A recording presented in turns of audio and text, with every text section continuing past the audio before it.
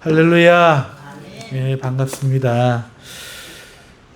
오후 시간에 출애굽기 8장 22에서 32절 말씀으로 네 번째 파리재앙에 관해서 하나님의 말씀을 증거하겠습니다. 말씀을 증거하려고 할 때 가장 마음에 먼저 생각이 드는 것은 이 말씀을 전해서 성도들에게 무슨 유익이 있을까 하는 것입니다. 특히 저는 강의 설교를 하니까 이런 점이 있어요. 주제 설교를 할 때는, 그러니까 우리 교회를 보면서 우리 교회가 지금 성도님들이 어떤 처지에 있다, 이런 것들에 초점을 맞추어서 지금은 이 설교가 필요하다. 우리 수준이 이 정도니까 이 설교가 필요하다. 이런 맞춤형 설교를 할 수가 있습니다. 그게 주제 설교의 좋은 점이에요. 그런데 또 주제 설교의 하나의 단점은 성경을 잘 알지 못해요.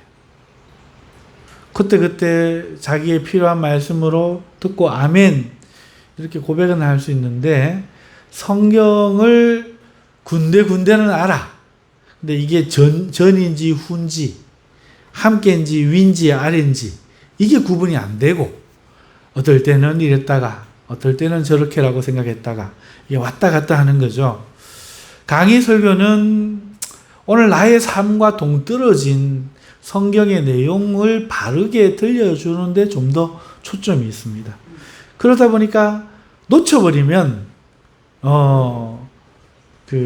내 현실의 이야기로 들리지가 않는 거예요.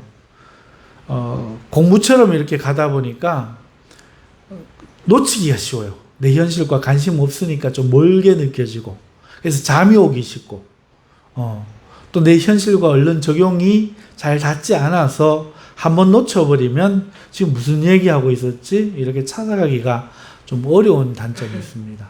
장점은 또 반대로, 강의 설교를 잘 듣고 강의 설교에 훈련이 된 사람은 오래지 않아 성경의 맥을 압니다. 자기가 창세기부터 계시록기까지 성경의 맥을 발견하고 그 안에 중심이 이렇게 잡히는, 누구에 의해서 하는 신앙, 목사님이 설교로 부추기는 신앙이 아니라 자기가 중심을 딱 잡고 어떻게 해야 되겠다, 어떻게 해야겠다 하는 이런 신앙을 갖는데 매우 좀 효과가 있다, 이렇게 말씀드릴 수 있는데, 제가 이제 강의 설교를 하니까 이 설교가 오늘 우리 성도들에게 어떤 영향을 줄 수 있을까, 어떻게 드릴까, 이것에 상당히 좀 관심을 갖게 돼요.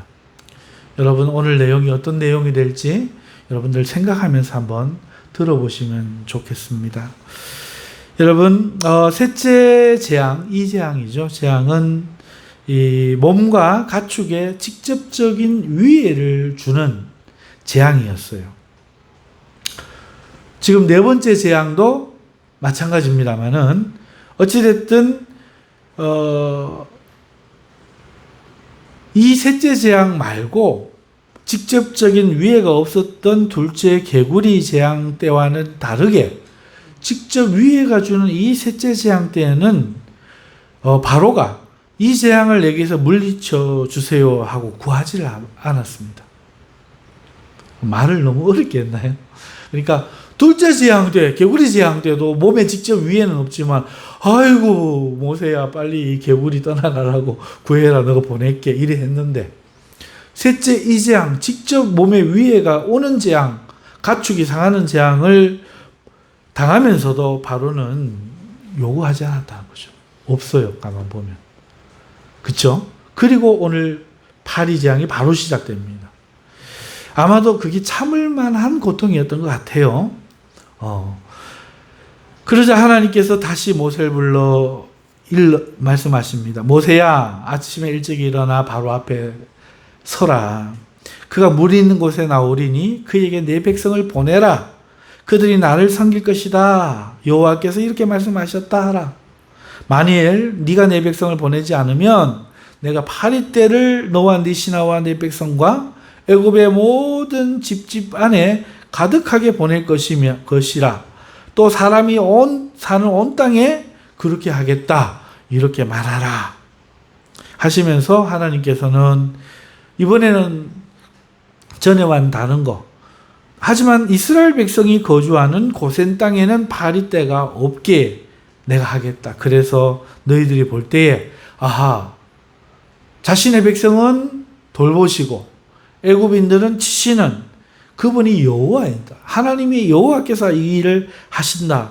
이것을 네가 알게 하리라 하셨다. 전하라. 이렇게 말씀하시죠. 그래서 모세는 오늘 본문에는 그런 내용이 생략되어 있지만 가서 그대로 전했을 것이고 역시 바로는 듣지 않았을 겁니다.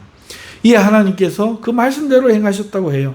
파리떼를 보내시니 무수한 파리가 바로의 궁에도 신하들의 집에도 애굽 온 땅에도 빠짐없이 다 들이닥쳤습니다. 하지만 고센 땅에는 파리가 없었던 것이죠. 자, 그런데 별것 아닐 것 같은 파리지만 결과가 달랐습니다. 성경은 파리로 말미암아 애굽 온 땅이 황폐해졌다 이렇게 말하고 있어요. 그래서 그 평가만큼이나 바로는 급히 모세를 불러 아론과 모세를 불러놓고 말을 합니다. 너희는 가서 하나님께 제사를 드려라. 하지만 광야로 나가지 말고 우리 땅에서 드려라. 이렇게 절충안을 내놓습니다. 이 재앙에는 그렇게 하지 않았는데 파리 재앙에는 이렇게 한 거예요. 모세는 단호히 거절합니다. 그건 안 될 말입니다. 애굽 사람들은 우리가 하나님께 제사 드린 것을 싫어하잖아요. 그들이 눈으로 볼 때 제사는 우리를 돌을 들어 칠 겁니다. 우리는 사흘 길쯤 떨어져 광야에 가서 우리 하나님께 제사를 드릴 것이고 이것이 하나님의 명령입니다. 이렇게 말합니다. 이에 바로가 말하죠. 그래, 내가 너희를 보내겠다. 너희는 너희 하나님 광야에서 제사를 드리라. 하지만 너무 멀리는 가지 말아라.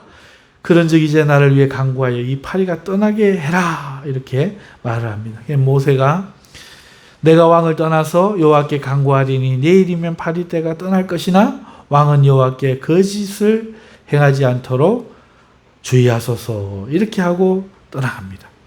궁을 떠난 나선 모세가 하나님께 간구합니다.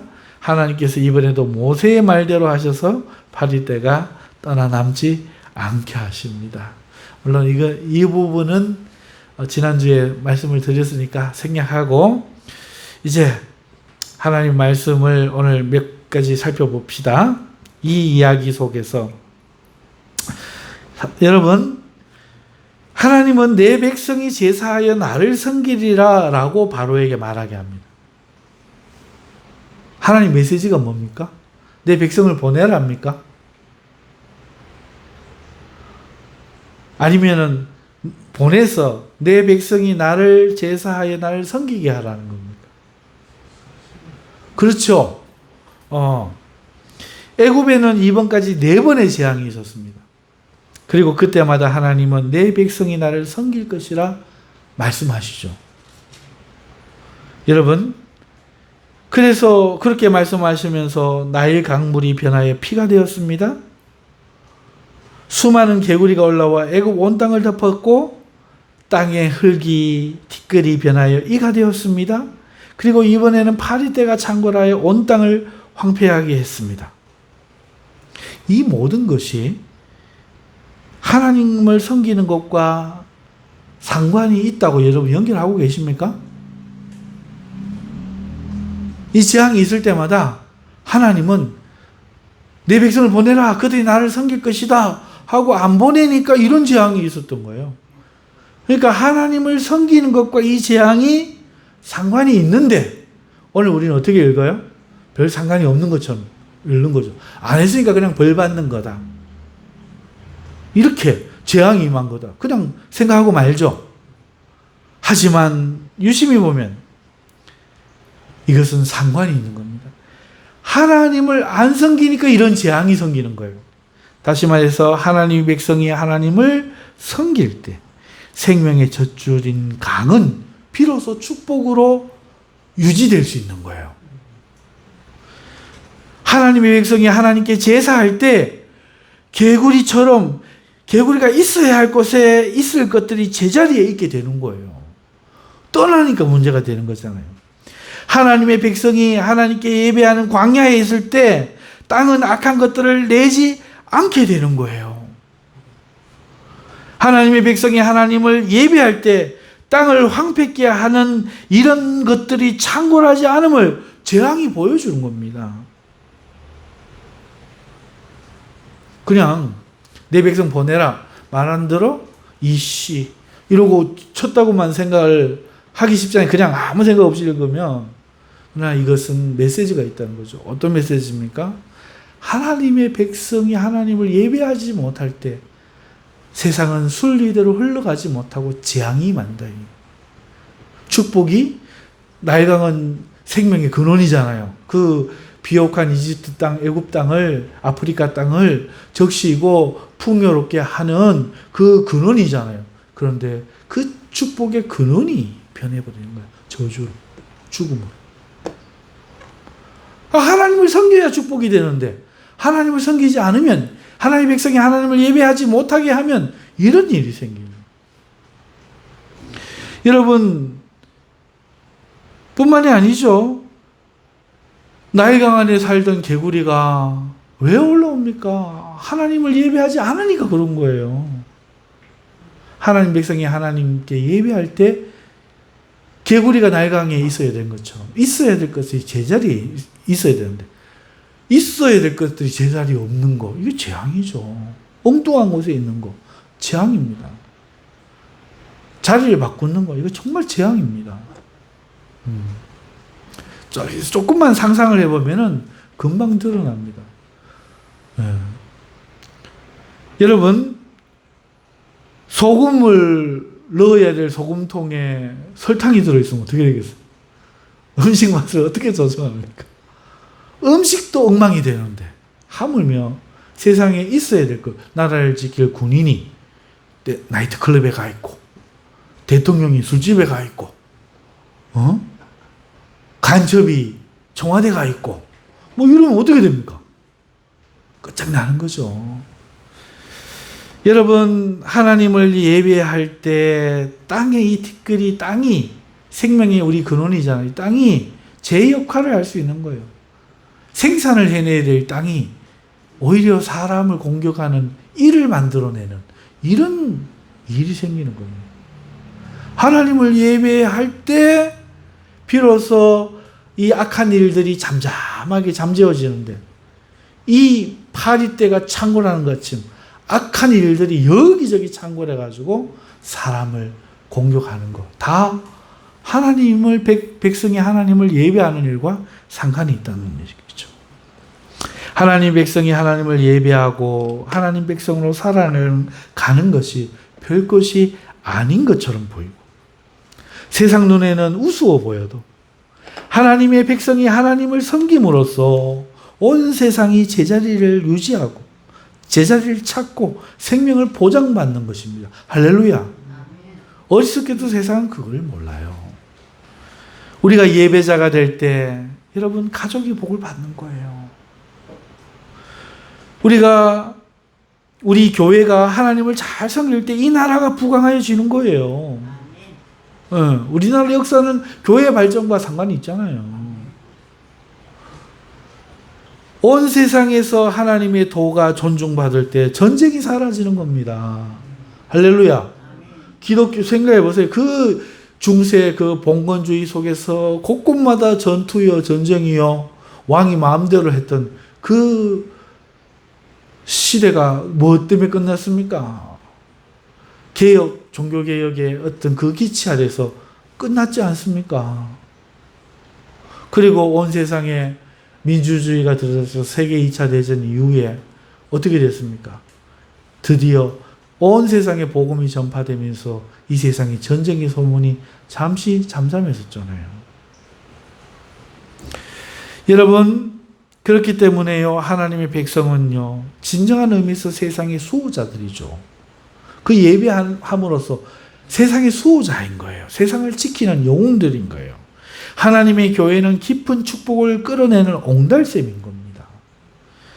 하나님의 백성이 하나님을 예배하는 것은 온 세상을 웃으며 살 수 있게 할 수 있는 안녕 그 자체입니다. 할렐루야. 이만큼 중요한 거예요. 그것도 모르고 여러분 이 나라가 코로나라는 이유로 예배를 금지했지 않습니까? 불과 1년 전에. 온 세상이 그리야 했어요. 우리나라만이 아니에요. 그리고 그 결과 어떻게 됐습니까? 그걸 우리가 지금 보고 있잖아요. 지금 한번 보세요. 전쟁은 발발했지요. 러시아, 우크라이나. 그로 인해서 온 세상이 식량의 위기, 그 기름 때문에 경제의 위기 유발되었고, 지금도 전쟁은 진행 중이고, 여러분 어떤 곳에서는 지금 물이 재앙이 되고 있고 어떤 곳에서는 뜨거운 햇볕이 재앙이 되어서 내리쬐고 있습니다. 기후는 이변의 연속이고 폭풍조차도 요번에 우리 경험한 카누, 예? 기이한 진로를 행하고 안 나타나던 패턴, 물가는 치솟고 요번에 그 걸스카우트 잼버리 대회 한번 보세요. 마땅히 해야 될 사람들이 하지 않고, 여러분 한국 경제의 위기는 지금 경고등이 계속 돌아가고 있어요.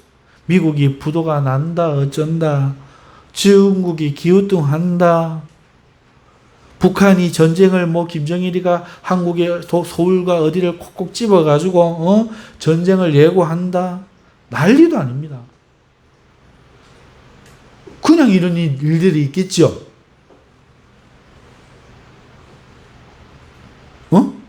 그냥 이런 일들 있다고 생각하십니까? 그 전에 이런 일이 있었나요? 보십시오. 이게 몇천 년 전 아프리카에서 이집트에서 일어난 일뿐만 아니라 세계가, 이 한국이 예배를 금지하고 하나님 백성이 예배를 못하게 할 때 이런 일들이 생기는 거예요. 작년에 어땠습니까? 최유한군 대답해 보세요. 작년에 이런 기후위기 왔어요? 아유, 기후위기다 했죠. 그 전에 있었어요? 없었잖아. 옛날보다 평년보다 기온이 올라갔습니다. 어떤 말은 있어도 이런 거 못 겪었잖아요. 그런데 올해는 보십시오.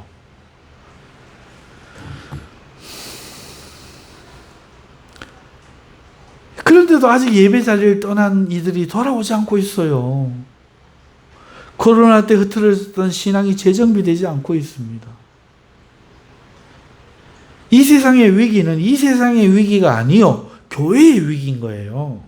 하나님을 섬기는 것의 이상과 관련이 있는 겁니다. 이거 몰라요, 사람들. 돈만 많으면, 물질만 있으면 평안하고 안녕할 것 같지만 아니요. 하나님 백성이 하나님을 예배할 때 세상이 유지되는 겁니다. 교회가 하나님을 예배할 때, 하나님 백성이 하나님을 섬길 때 세상은 비로소 축복과 평화를 경험하게 된다는 이 사실을 명심하실 수 있기를 바랍니다. 그래서 이제 우리가 예배자가 되고 하나님을 섬겨야 할 때인데, 오늘 우리가 이 예배의 가치를 얼마나 알고 있느냐, 이것을 먼저 말씀을 드리고 싶습니다. 두 번째 드리고 싶은 말씀은 파리떼를 보내리라 하신 이 말씀에 대해서인데요. 우리 성경에는 파리떼로 번역되어 있습니다만은 히브리 원어로는 아로브예요. 아로브인데 그 의미가 떼입니다. 떼. 그러니까 수많은 곤충 떼 할 때 그 떼를 생각하시면 돼요.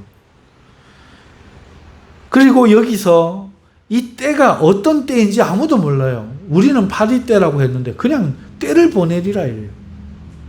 그러니까 파리떼 번역한 거예요. 여러분, 페시토 역번과 벌게이트 역번은요, 이 떼를 모기떼로 번역을 했습니다. 그런가 하면 70인역이라고 히브리 성경을 번역한 게 있는데 거기서는 개파리떼로 번역을 했습니다. 그리고 이 구약의 당사국인 유대의 랍비들은 이 떼를 해로운 동물들, 그러니까 사자들도 될 수 있고 뱀떼도 될 수 있고 독충들, 떼, 독충의 떼로도 해석합니다.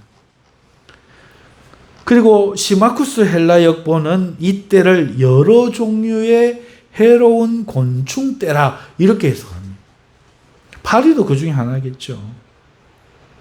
그래서 우리는 파리떼다 이렇게 번역을 해놨는데, 우리는 파리떼가 징그럽고 힘들긴 하지만 온 땅이 황폐해졌다는 것에 대해서는 이 글을 읽으면서 뭐 이상한데 파리떼가 좀 많다고 황폐까지야 이런 생각을 하잖아요. 하지만 그것이 파리떼가 아니었고 그냥 떼라고 했을 때 만약에 다른 것이라면, 마지막 시마쿠스 헬라 역본의 번역 해석한 대로 수많은 종류의 곤충떼가 일시에 애굽을 덮친 것이라면 이해가 되죠. 곤충떼가 덮친다고 황폐해집니까? 생각을 해봅시다. 이 떼를 이는 곤충이 뭐가 있죠? 여러분, 무당벌레도 떼를 짓는 거 어릴 때 혹시 경험해 보셨나요? 네. 무당벌레도 막 몇백 마리, 몇천 마리 있는 그런 건 못 보지만 무당벌레들은 몇 마리씩 이렇게 떼가 있더라고요. 하루살이는요, 길 가다가 막 눈앞에서 막 따라다니면서 계속 날아다니는 하루살이, 그것도 떼를 이루죠. 성경에 번역한 파리도 파리떼가 있습니다. 그죠? 파리떼가 있어요. 자, 하지만 이것만으로 황폐까지 상상하기는 힘듭니다. 그렇죠? 굉장히 힘은 들 거예요. 곤욕 살기가 고단할 거예요. 하지만 여기에 더해서 또 다른 때를 생각해 봅시다. 메뚜기 떼가 더해진다면 어떨까요? 여러분, 메뚜기 떼 식성은 유명하죠. 그 지나간 자리가 황폐해진다는 것은 우리가 이미 잘 알고 있는 내용입니다. 자, 이런 앞에 것도 있고 별거 아닌 것들도 있지만 메뚜기 떼가 또 막 들이닥쳐갖고 온 땅의 곡식들을 이파리 푸른 것들을 다 먹어치운다고 생각해 보세요. 자, 이것만 있나요? 조금 나아가서 개미떼는 어떻습니까? 개미가 우리나라 개미처럼 그렇게 작고 귀엽고 앙증맞고 여름에 열심히 일해가 겨울에 배부르게 사는 착한 개미가 좀 괜찮은데, 그런 개미도 그 앉아있으면 왜 물고 가잖아요. 올라와가.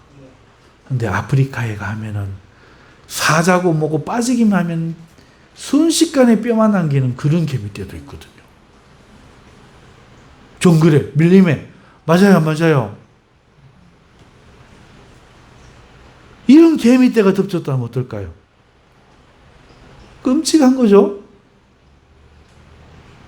메뚜기떼, 개미떼에 의해서 벌떼는 어떻습니까? 벌떼는 어떤가요?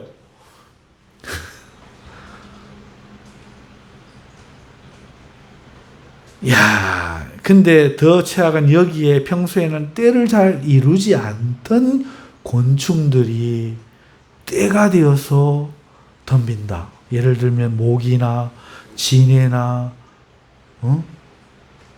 바퀴벌레는 떼를 이루긴 하지만 큰 떼를 이룬다. 이야, 저기 화장실에서 오는 마디마디 여러 개인 그런 것들, 발 숭숭숭숭 난 그런 것들, 여러분, 지옥이 어딜까요? 여기가 지옥이죠.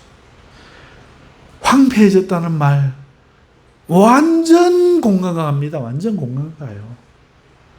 만약에 우리가 생각하듯이 번역하듯이 파리떼가 아니라 진짜 원어처럼 떼인데 어느 떼인지 몰라.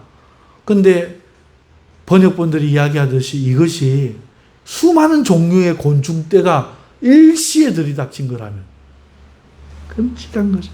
지옥이, 여기가 지옥, 따로 없습니다.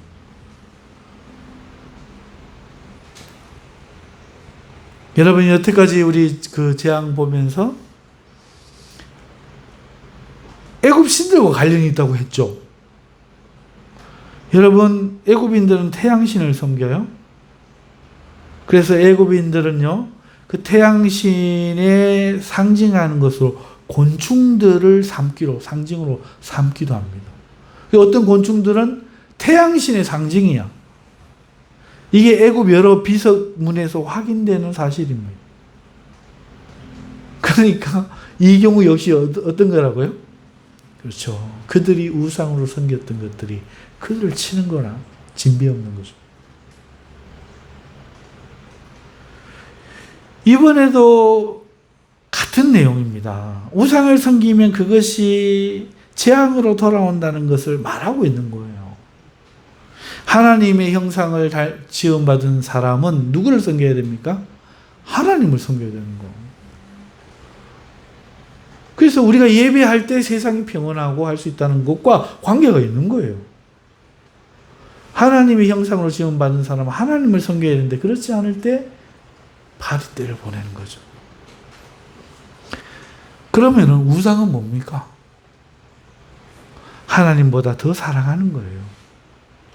자, 하나님이 자녀를 주신다. 주여, 태를 열어주시옵소서. 누구? 한나. 이렇게 하나님 주신다 생각하지 않고, 숭붕숭붕 잘났게 하는 거는, 머리는 깨구리, 몸은 여자인 저 여신님이 해주신다. 이러고 순풍순풍 잘났는 거를 하나님보다 더 사랑하니까 어떻게 돼요? 그게 재앙이 되죠.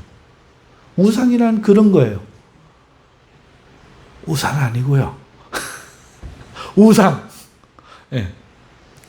여러분, 하나님보다 더 사랑하는 것이 우상입니다. 그렇다는 것은 자신을 하나님보다 더 사랑하면 자신이 우상이 되겠죠. 그렇죠? 그러면 뭐가 재앙이 되겠어요? 내가 재앙이 되는 거예요. 자신이 재앙이 돼요.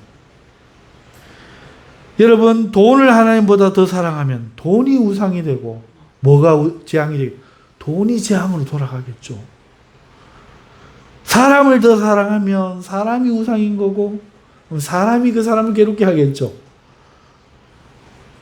그런 거 아니겠습니까? 이외에도 쾌락을 더 사랑하면 쾌락 때문에 재앙이 오고 술을 더 사랑하면 술 때문에 재앙이 오고 게으름을 사랑하면 게으름 때문에 재앙이 오고 잠을 더 사랑하면 잠 때문에 재앙이 오고. 여러분 그런 거 아니에요?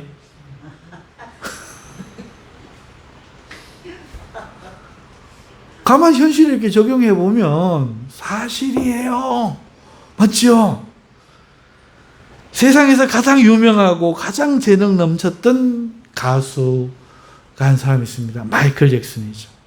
아름다운 목소리와 음악적 재능을 가졌죠. 하지만 그는 만족하지 못했습니다. 흑인이 가질 수 없는 백인의 외모를 꿈꿨어요. 마이클 잭슨 옛날 사진 보면 코가 뭉퉁하거든요. 입술도 tum하고 그 입술을 얄쌍하게 하고 코 뾰족하게 성형수술을 했죠. 그는 자신의 노래, 자신의 목소리와 음악에 걸맞는 외형을 아마 자신이 갖지 않은 외형, 백인들의 어떤 오똑하고 조각 같은 그런 외형을 생각했는 것 같습니다. 그래서 여러 번 그런 모델을 대상으로 성형을 했죠. 그러나 수술 부작용이 그를 결국 파면시켰어요. 왜? 한 번 했는데 만족해야 되는데 더 하다가 그만 수술한 코와 눈과 얼굴이 무너져 내리는 거예요. 마지막 그의 사진을 보면은 전혀 딴 사람이고 그 받은 정신적인 충격이 어떻겠어요? 그것을 감당하기 정신적인 충격을 이겨내기 어려웠는지 프로포폴과 벤조디아제핀이라는 이 약물의 급성 중독으로 결국 사망하게 돼요. 결국은 자신이 추구했던 그것이 하나님보다 더 사랑했던 그것이 자기를 망친 것이죠. 재앙이 된 겁니다. 여러분 얼마나 돈이 많았고 얼마나 재능이 뛰어났어요.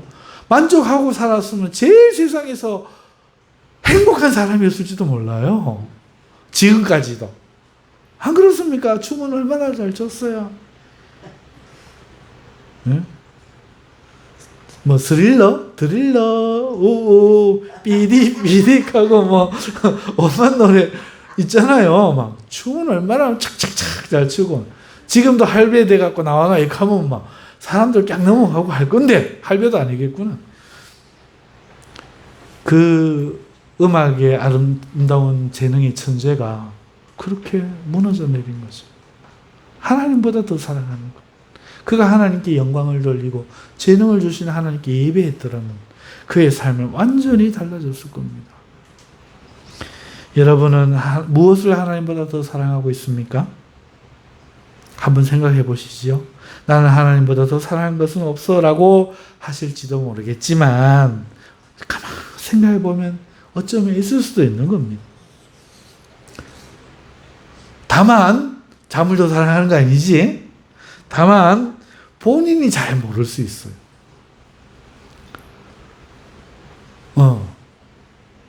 이럴 경우에는 방법을 바꾸어 생각해 보는 건 어떨까요? 내가 하나님보다 나 더 사랑하는 거 잘 모르겠는데 라고 싶으면 한번 방법을 바꿔보세요. 이렇게 말입니다. 내게는 어떤 재앙이 있지? 여러분 축복이었는데 더 이상 축복이 아니게 변한 건 없는지 나일강에서 딱 응용하는 거죠. 옛날에는 이게 내 축복이었는데 내 자랑거리였는데 어느 날 그것이 나를 망치는 것은 아닌지, 내 삶의 제자리에 있지 않는 그런 건 없는지, 없어야 할 것들이 생기지는 않았는지, 나의 삶을 떼지어 공격하는 황폐케 하는 것들은 없는지 살펴보는 것도 좋은 방법일 겁니다. 반대로 뒤집어서 역지사지처럼 반대로 생각해 보는 거죠.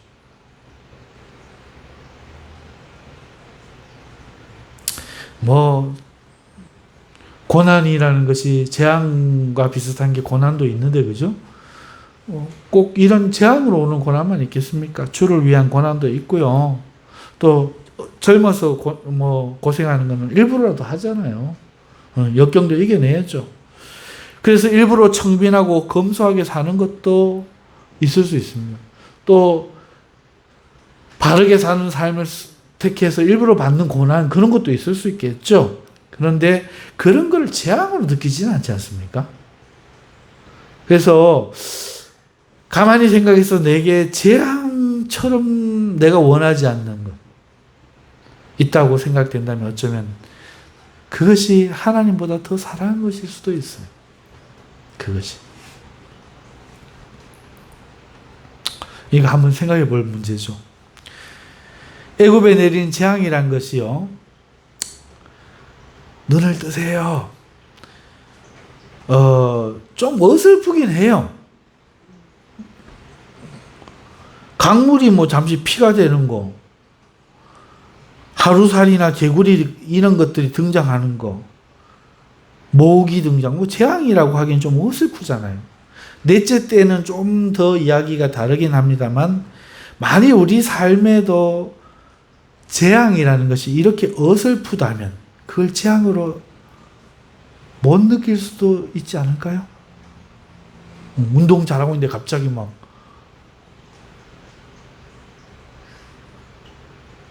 무릎을 다쳐서 운동을 포기하게 되면 내가 하나님보다 운동을 더 사랑하고 저거 했는가 돌아볼 수도 있는 거잖아요.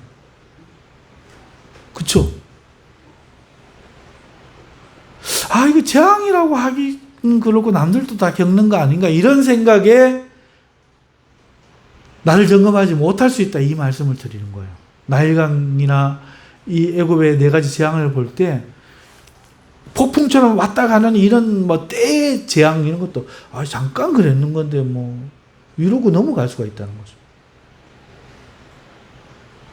여러분, 그래서 내가 하나님보다 더 사랑하는 것이 있다면 그게 우상인데, 그런데 내 마음으로는 전혀 그러고 싶은 마음이 없기 때문에 사실이 아니면서도 그렇게 믿을 수 있다는 거죠. 그죠? 그러니까 이럴 때는 반대로 재앙이 없냐 이렇게 한번 생각을 해보는데, 또 재앙이라고 하기는 좀 미미해서 아니겠지? 이럴 수가 있어서 애굽에 임했던 이 재앙들도 뭔가 재앙이라고 하기는 좀 어설픈 이 점을 감안하고 내 삶에 내가 원하는 만큼 만족스럽지 못하고 내가 사람으로서 느끼는 그런 당연히 있어야 될 그런 고난들 외에 축복이 변하여 재앙이 저주가 된다든지 있어야 될 것이 제자리에 있지 않다든지 삶의 그 근원 내가 소득을 올려야 될 땅이 내게 좋은 결과를 돌려주지 못하고 나쁜 걸 돌려준다든지 원치도 않는 황폐케 하는 것들이 막 들이닥친다면 어쩌면 내가 하나님보다 더 사랑하는 그 무언가가 있지 않는가 이렇게 한번 생각해 보면 좋겠다 하는 것입니다.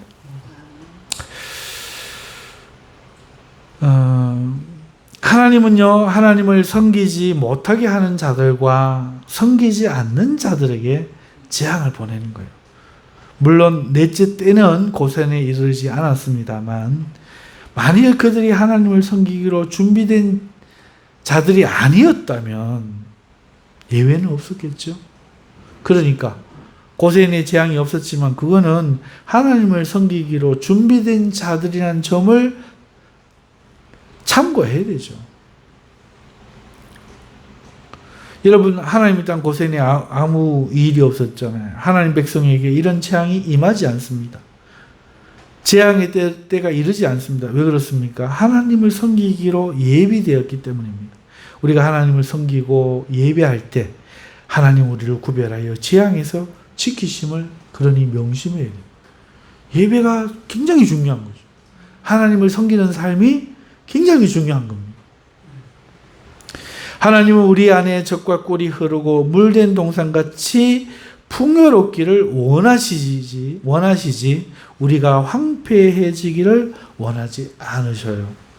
그는 사랑의 매는 드셔도 자녀에게 심판의 칼을 드시는 분이 아닙니다. 아무리 혹독하게 보여도 혹독하게 느껴져도 그냥 매예요, 매. 그 매는 죽이는 것이 아니라 살리는 겁니다. 그러므로 이 매는 결코 재앙과 달라요. 재앙의 때는 황폐하게 하는 때입니다.